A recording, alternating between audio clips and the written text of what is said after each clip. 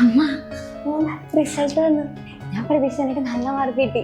Full A plus കിട്ടിയില്ല, പക്ഷെ 8A+ ഉണ്ട്. അമ്മയുടെ മോള് നോക്കി, നമ്മുടെ മോൾക്ക് 8A+ ഉണ്ട്. അല്ലേ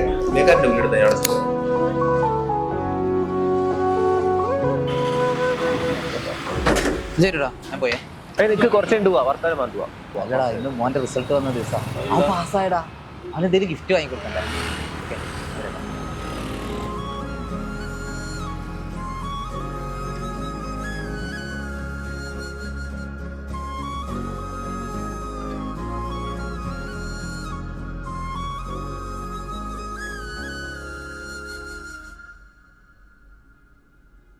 ഹൃദയം